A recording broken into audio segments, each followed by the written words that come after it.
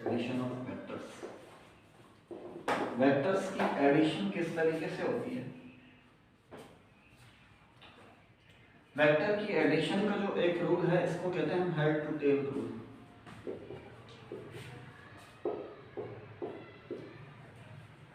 Head to tail rule के जरिए से हम देखेंगे कि कैसे वेक्टर्स को क्या कर सकते हैं, ऐड कर सकते हैं। ठीक है,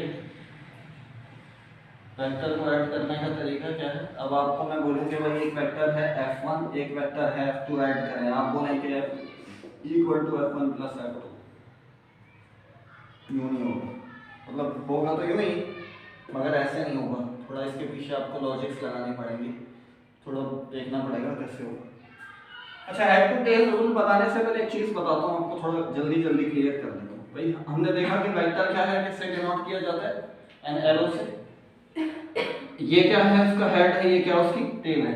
फ्रंट साइड जहाँ पर एरो है वो हेड ऑफ वेक्टर है, और जो टेल है वो बैक साइड उसकी जो टेल है। तो उसका कुछ मैग्नीट्यूड होगा, लंबाई होगी, लेंथ होगी। जिसको लेंथ को क्या कहते हैं हम, मैग्नीट्यूड, उसका यूनिट कह देते हैं, मतलब 2 यूनिट का है। अब 2 यूनिट से मुराद यहाँ पर उसका मैग्नीट्यूड है, लंबा कितना है। अब कैसा, इस तरीके से मीटर या किलोमीटर में नहीं है कि भाई इतना बड़ा वेक्टर, यह मैथमेटिकल रिप्रेजेंटेशन के उसमें 2 3 4 करना है।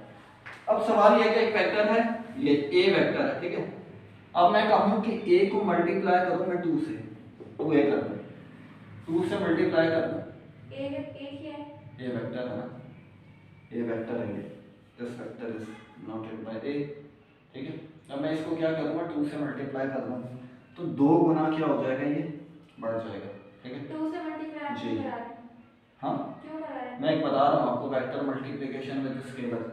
यहाँ पर जब हम देखेंगे ना, सॉरी, वेक्टर को मल्टीप्लाई करवाएं, मल्टीप्लाई विद स्केलर नंबर।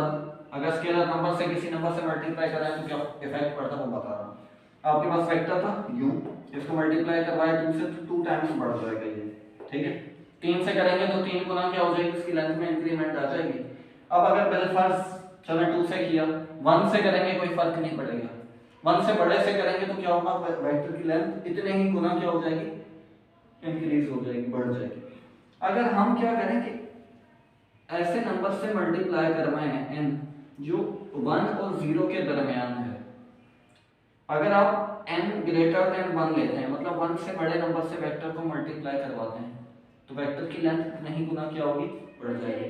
और अगर n जो है 1 और 0 के दरमियान है, फिर क्या होगा, फिर वेक्टर की लेंथ क्या होगी, डिक्रीज होगी। वेक्टर की लेंथ क्या होगी, डिक्रीज हो जाएगी। डिक्रीज कब होगी? जी, कब होगी? जी कम हो जाएगी। अब जैसा कि बिल्कुल कब होगी? क्या कम कब होगी उसकी लेंथ? क्या होगी, कम कब होगी? ये तो पता है, n अगर 0 और 1 के दरमियान। अब आप बोलेंगे भाई n ले, आप n, आपने n बताया 1/2, 1/2 का मतलब क्या, 0.5।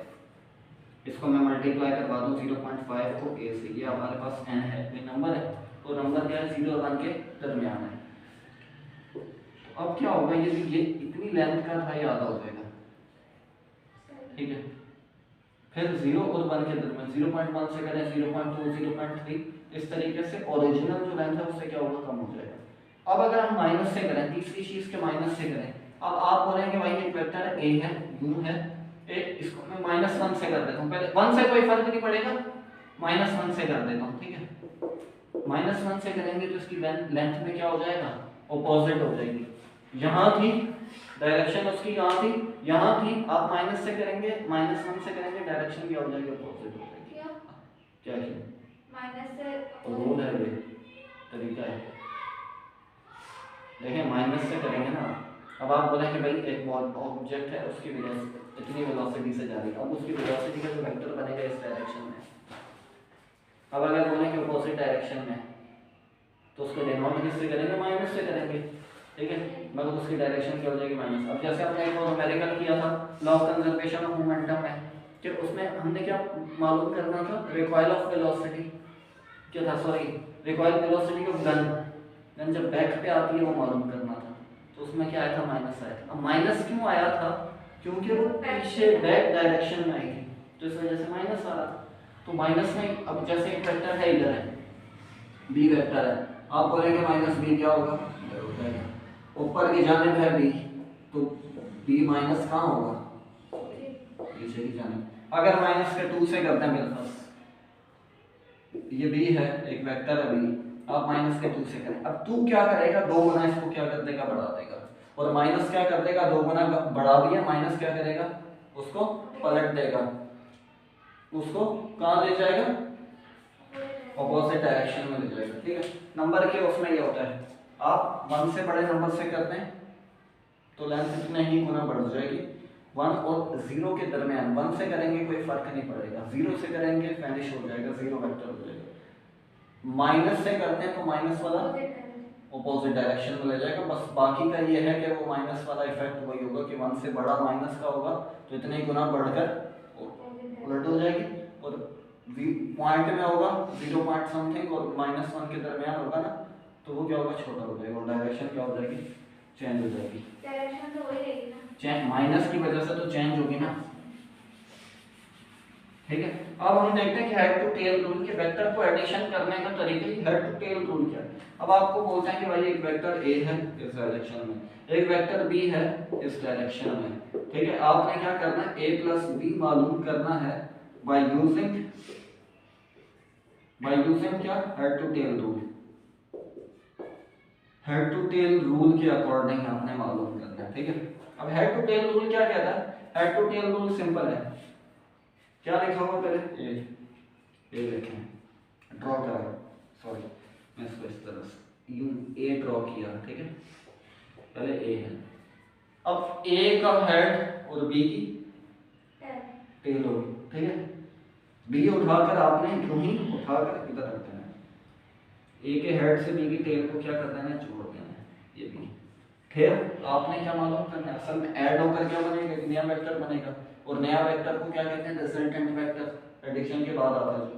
तो रिजल्टेंट वेक्टर किस तरीके का होगा, वो फर्स्ट वाले की टेल से उसकी टेल मिलेगी और लास्ट वाले के हेड से उसका हेड मिलेगा। दिस इज रिजल्टेंट वेक्टर, क्या होगा, a प्लस b। ठीक है, अब आप 12 देखते हैं, b प्लस a करना है हमने, क्या करना है, b प्लस a करना है। ठीक है, b प्लस a ड्रॉ करना है। पहले क्या लिखे हैं आप, b यूं था, ये वेक्टर यूं था के लिख दिया b। अब क्या करेंगे, b की टेल से, b के हेड से a की टेल आ गया ये। अब ये उठा के ऐसे ही करना है यूं। ठीक है, यूं ही आ जाएगा, ये b था, ये a था। रिजल्टेंट वेक्टर क्या है, क्या बताया, रिजल्टेंट टेल से टेल और हेड से मिला दें, resultant vector b plus a। ठीक है, तो this is addition of two vectors. अब हम 2 के लिए, 3 के लिए, 4 के लिए, जितने के लिए भी करते हैं आप, उसमें कोई वो थोड़ी है हो जाएगा। जैसे अगर देखें क्या भाई, हमारे पास एक वेक्टर a, ठीक है, एक b वेक्टर है, फिर c वेक्टर यूं है। ठीक है, आपने क्या मालूम करना है, a plus b plus c। ठीक है, अब क्या होगा भाई, पहले क्या करें, a vector b vector c vector, a लिखें, a एज इट इज लिख दिया आपने, सही है। उसके बाद क्या है, b, उसके बाद क्या है, b की टेल a के हेड से मिलेगी, डायरेक्शन भी चेंज कीजिएगा, बस उठा के नहीं रखें, b ये रहा।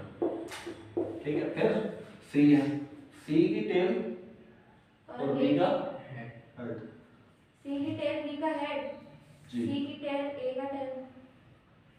क्यों, अच्छा वो तो उसमें होता है, ये उठा के ही रख दिया आपने। ठीक है, अब क्या होगा, और कोई नहीं बचा, रिजल्टेंट वेक्टर। रिजल्टेंट वेक्टर क्या, फर्स्ट वाले की टेल से उसकी टेल मिलेगी और लास्ट वाले के हेड से, तो ये क्या आ गया, resultant vector r is equal to a plus b plus c। ठीक है, ये रिजल्टेंट वेक्टर आ गया। तो ये तरीका है, इस तरीके से आप क्या कर सकते हैं, ऐड कर सकते हैं वेक्टर्स को।